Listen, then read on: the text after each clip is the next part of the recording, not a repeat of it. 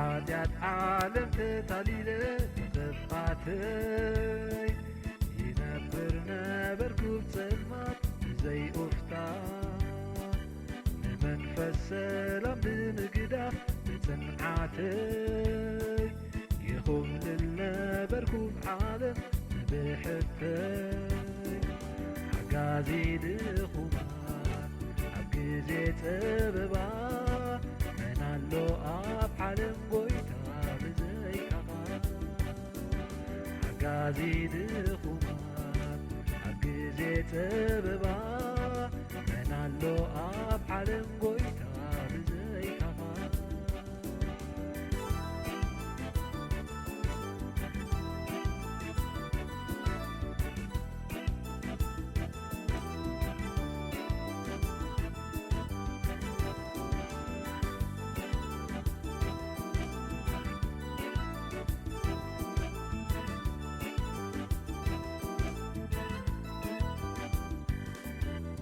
وهابو كنت ميتو ناب حسراني إيدو زرقي حوتي عني كم حاجاتي مسكلو تسكيمة كملالس كمدوا برتي عني كدوس منفس حقازي دخومات أبقزي سببا منالو أب عالم قويتا بزي كفار حقازي دخومات أبقزي سببا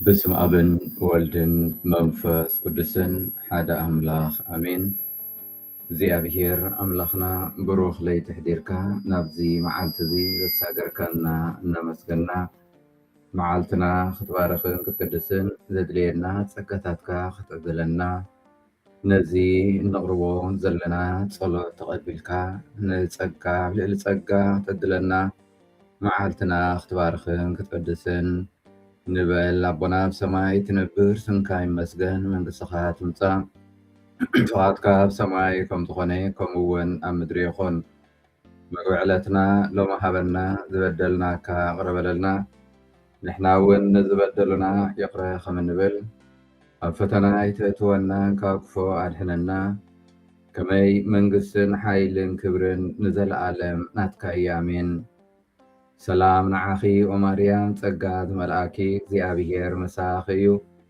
مكابانسي سباركيخي نايكر صغفر يسوس كآ سبارخيو وقدس مريم أدام لخ لمدلنا نحنان هاتان نحجين بجيزي موتنان أمين وأملاخ نتي أني زربو سمعيو نقعريون أستغللو وأملاخين نقسين نبخات رايز صلي زلخمو ندبسي مهللاي أغلبلوم وقزي أبيهر أبقى موقحو كمهللكان كتبهكان يمو أمنقهو دمسي سمعالي نسخا حدا بخفاءات زحقوث زي أبيهر يكون كان أبزريخا حسوم ما يكمبتنيوم عايشون أبكين مخا أيكمون نخلون قبرت عمد تطلميخا نفسخا حسود نزاربو تطفون أملاح ندمنيان غطافن يتيفون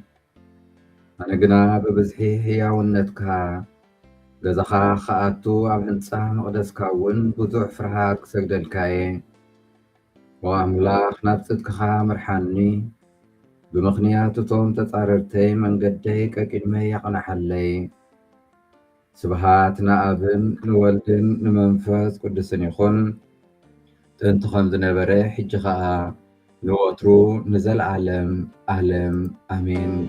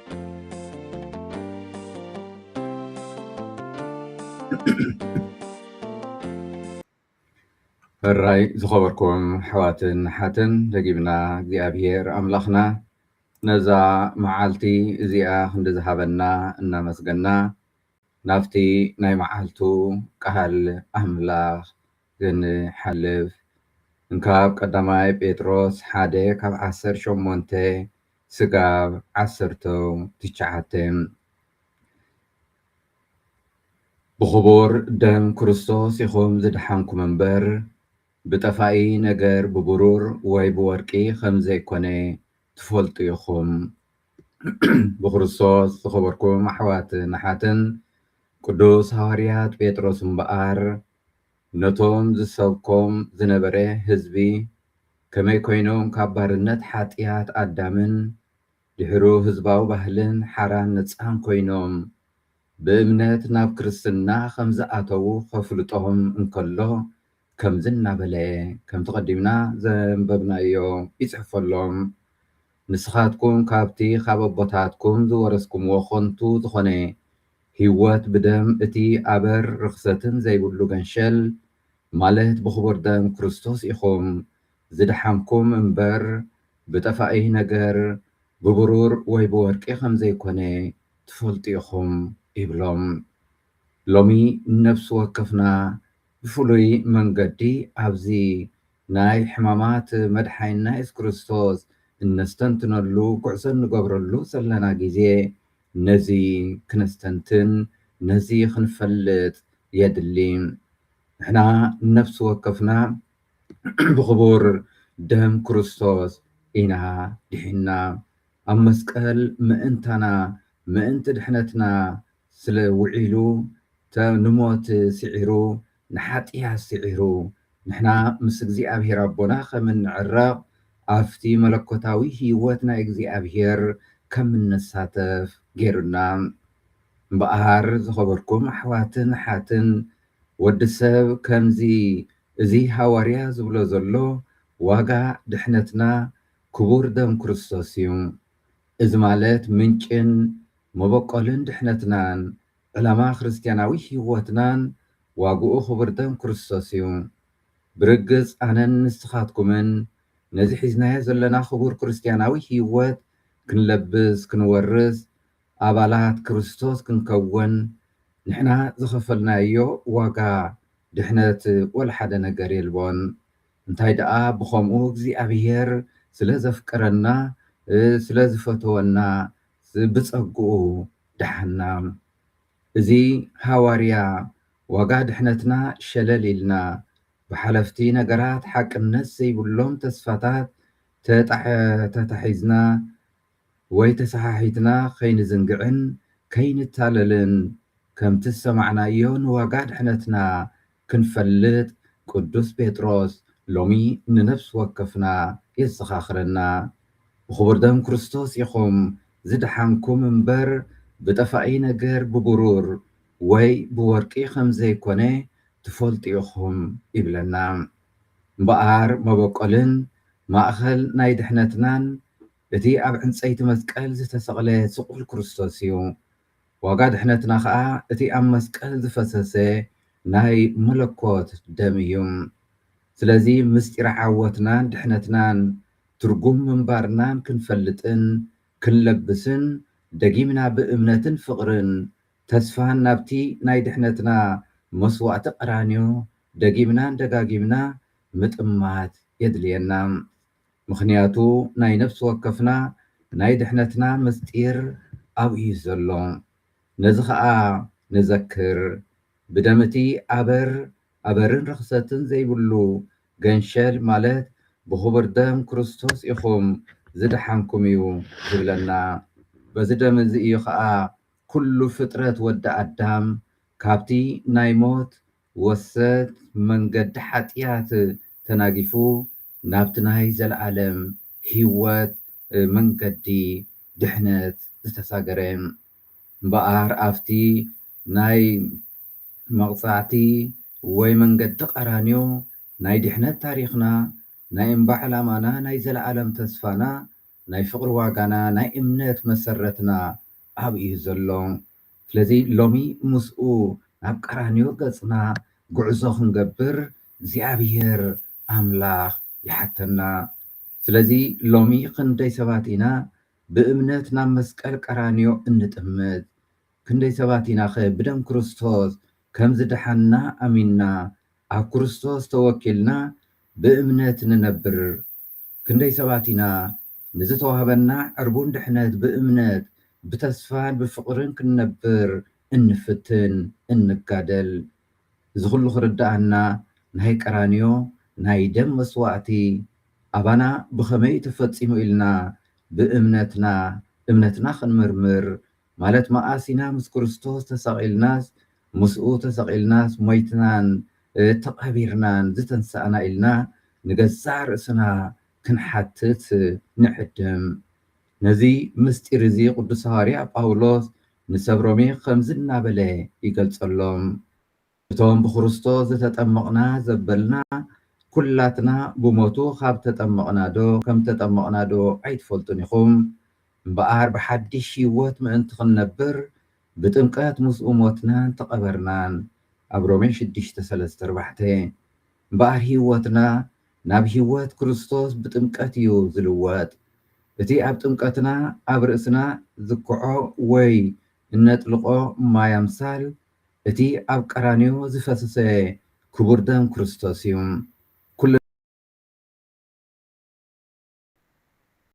ብጸጋ ጥምቀት ብደም ክርስቶስ ድሓና። ዮሃንስ ኣብ ራእይ ንስኻ ነቲ መጽሓፍ ክትወስዶ ነቲ ማሕተም እውን ክትፈትሖ ብቑዒኻ ከመይ ተሓሪትካ ብደምካ ድማ ካብ ዘሎ ዓሌታትን ቋንቋታትን ህዝብን ኣሕዛብን ንኣምላኽ ዝኾኑ ሰባት ዓዲካ ኢኻ ይብል። ኣብ ራእይ 5:9 እናበሉ ሓድሽ መዝሙር ክዝምሩ ሰሚዕዎም። ኣሕዋትን እምበኣር ንሕና ብደም ክርስቶስ ዝተሓደግና ናይ ክርስቶስ ጥሪትን መጓሰኒ ኢና። ዋናናን ዓዳጊናን ከዓ ክርስቶስ ባዕሉ እዩ። እምበኣር ንሕና ኣብ ትሕቲ ሓለዋ ሕያዋይ ጓሳ ዶ ንመላለስ ኣሎና? እቲ ብደም ሓዲጉ ኣብ ደንበ መጓስኡ ዘእተወና ሕያዋይ ጓሳ ይፈልጣና ዶ የለልየና ዶ? ብስምና ክፅውዓና እንከሎ ንድምፁ ነለልዮ በጥቕ ቁኑዕ ኣፍ ደገ ዶ ንኣቱ ኣለና? ነዚ ሕቶ እዚ ባዕሉ ኢየሱስ ብኣምሳል ሕያዋይ ጓሳ ገይሩ ገሊፅዎ ይርከብ። ኣብ ዮሃንስ 10:1-10 ፀሓፊ ዕብራውያን ብወገኑ ነቲ ናይ ድሕነትና ፍጻሜ ነቲ ናይ ቀራንዮ መስዋእቲ ከም ዝናበለ ይገልጾ። ስለዚ ንሕና እውን ነዚ መግለፂ እዚ ተረዲእና ኣብ መዓልታዊ ህይወትና ንእግዚኣብሔር ኣምላኽና ንክርስቶስ ጎይታና ኣብ ቀራንዮ ክንስዕቦ ይሓተና። ክርስቶስ ግና ደም ደቤላታትን ምራኽትን ዘይኮነስ ናይ ገዛ ርእሱ ደም ሒዙ ዘለዓለማዊ ድሕነት ረኺቡልና ሓደ ግዜ ንሓዋሩ ናብታ ቅድስተ ቅዱሳን ኣተወ። ደም ደቤላታትን ኣራሑን ሓመኽሽቲ ናይታ ዝሓረረት ኣርሕን ኣብቶም ዝረኸሱ ነተነፂጉ ሰብነቶም ክነጽሕ ዝቐደሶም ካብ ኮነ ደም እቲ ብዘለዓለማዊ መንፈስ ገይሩ ገዛእ ርእሱ ብዘይኣበር ንእግዚኣብሔር ዘቕርብ ክርስቶስ ግዳ ነቲ ሕያው ግብሪ ክንደይ ኣዝዩ ዘየንጽሓና እናበለ ኣብ ዕብራውያን 11:14 ይጽሕፍ። ስለዚ ሎሚ ነፍሲ ወከፍና እምበኣር ነዚ ኢና ክነስተንትን ንዕደም ዘለና። ብሓቂ ነዚ ሕማማት እዚ ክንዝክር ክነስተንትን እንከለና ክርስቶስ ኣምላኽ ንዓና በቲ ክቡር ደሙ ከም ዘጥረየና ብክቡር ደሙ እንደገና ብመንፈስ ቅዱስ ከም ዝወለደና እሞ ዕርቡን መንግስተ ሰማይ ከም ዝሃበና እሞ ካብ ኩሉ ሓጢያት ኣንጽሕዩን ሓጺቡን ምስቲ ሰማያዊ ኣቦኡ ከም ሓደ ከም ዝገበረና ከም ዝዓረቐና ፈሊጥናን ተረዲእናን ብሓቂ ነዚ ዓብይ ትርጉም ዘለዎ ቃል ቅዱስ ጴጥሮስ ክነስተንትን ብሓቂ ናብ ቤትና ክንምለስ ተነሲሕና ሕጂ እውን እዚ ጉዕዞ ጀሚርናዮ ኣብ ትንሳኤ ገጽና ኣብ ንጓዓዘሉ ዘለና ግዜ ብፍሉይ መንገዲ ብጸሎምን ብጸሎትን መንገዲ ቀራንዮ መንገዲ ጎልጎልታ ክንጓዓዝ ክንድይብ ሎሚ እውን ይሓተና ኣሎ ነዚ ብጸሎት ክንፍጽሞ ነዚ ብጾም ብሰላም ብዕርቂ ብፍቕሪ ብሕድገት ምሕረት ብምሃብን ምሕረት ብምቕባልን ልዕሊ ኩሉ ኣብ ምስጢረ ንስሓ ቀሪብና ኦ ኣቦይ በዲለካ እናበልና ነቲ ኩሉ ዝገበረልና ብምምስጋን ሕጂ እውን ብጀካይ ሓንቲ ክትገብሩ ኣይትኽእሉን ኢኹም ዝብል ቃል ክርስቶስ ኣሚንና ቃሉ ብምስትንታን ንዕኡ ንመንፈስ ቅዱስ ክንጽውዕ ብጸጉኡ ተመሊእና ከዓ ብዝተሓደሰ መንፈስ ምስኡ እንትንስኣሉ ብዝተሓደሰ መንፈስ ንዕኡ ነገልግለሉ ንተልእኾ ንዕጠቐሉ እግዚኣብሔር ጸጉኡ ክህበና ክንልምንን ክንጽልን ክነምልኾ ዝፈጠረና እግዚኣብሔር ምስጋና ይኹን። ኣዴናን መድሓኒትናን ዝኾነት ድንግል ማርያም ወላዲት ኣምላኽ ምስጋና ይኹን። ዕፀድሕነትናን ሓይልናን ጸግዕናን ንዝኾነ መስቀል ክርስቶስ ምስጋና ይኹን። ርኅሩሕን ሓያልን እግዚኣብሔር ኣምላኽና ጸሎትናን ምህላላናን ተቐበል ዝተረፈ እዋን መዓልቲ ይቐድሰልና ኩሉ ተግባርና ብእምነት ኣፈጽመና ኣብ ኩሉ ዕየና ከዓ ንኽብርኻን ንኣገልግሎት ኣሕዋትናን ብትግሃት ከም እንጽመት ግበረና። ሰላም ንዓኺ ኦ ማርያም ጸጋ ዝመልኣኪ እግዚኣብሔር ምሳኺ እዩ እንካብ ኣንስቲ ዝተባረኪ ኢኺ ናይ ከርስቲ ፍረ ኢየሱስ ከዓ ዝተባረኸ እዩ። ኦ ቅድስቲ ማርያም ኣደ ኣምላኽ ለምንልና ንዓናን ንሃጣን ንሕጅን ብጊዜ ሞትናን ኣሜን። ስብሃት ንኣብን ንወልድን ንመንፈስ ቅዱስን ይኹን ጥንቲ ከም ዝነበረ ሕጂ ከዓ ንወትሩ ንዘለዓለም ዓለም ኣሜን። እግዚኣብሔር ስለ ኩሉ ነገር ዝተመስገነ ይኹን።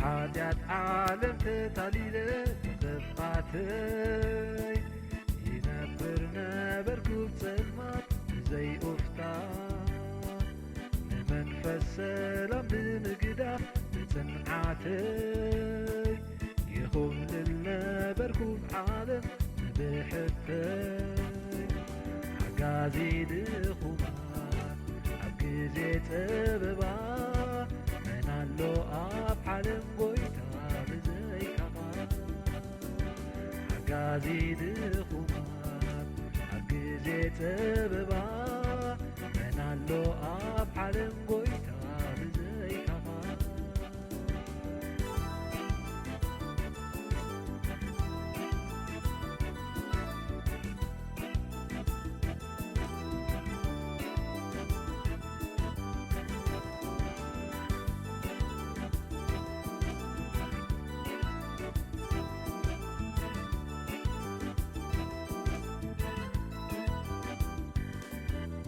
ወሃቦ ግን ጠሚቱ ናብ ሕስራነይ ኢዱ ዘርጊሑ ጽኣኒ ካብ ሓጢአተይ ንመስቀሉ ተሰኪመ ክመላለስ ክምድባ በርትዓኒ ቅዱስ መንፈስ ሓጋዚ ድኹማት ኣብ ግዜ ፀበባ መናሎ ኣብ ዓለም ጎይታ ብዘይካኻ ሓጋዚ ድኹማት ኣብ ግዜ ፀበባ መናሎ ኣብ ዓለም ጎይታ ብዘይካኻ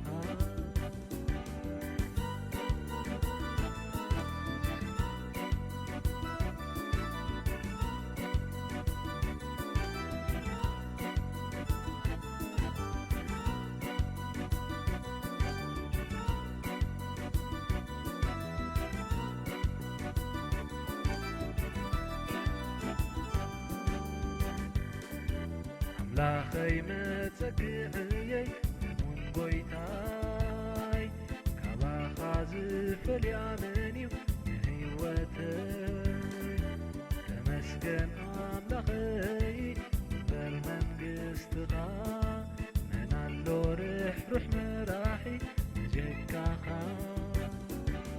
ሓጋዚ ድኹማት ግዜ ፀበባ መን ኣሎ ኣብ ዓለም ጎይታ ብዘይካኻ ሓጋዚ ድኹማት ኣብ ግዜ ፀበባ መን ኣሎ ኣብ ዓለም ጎይታ ብዘይካኻ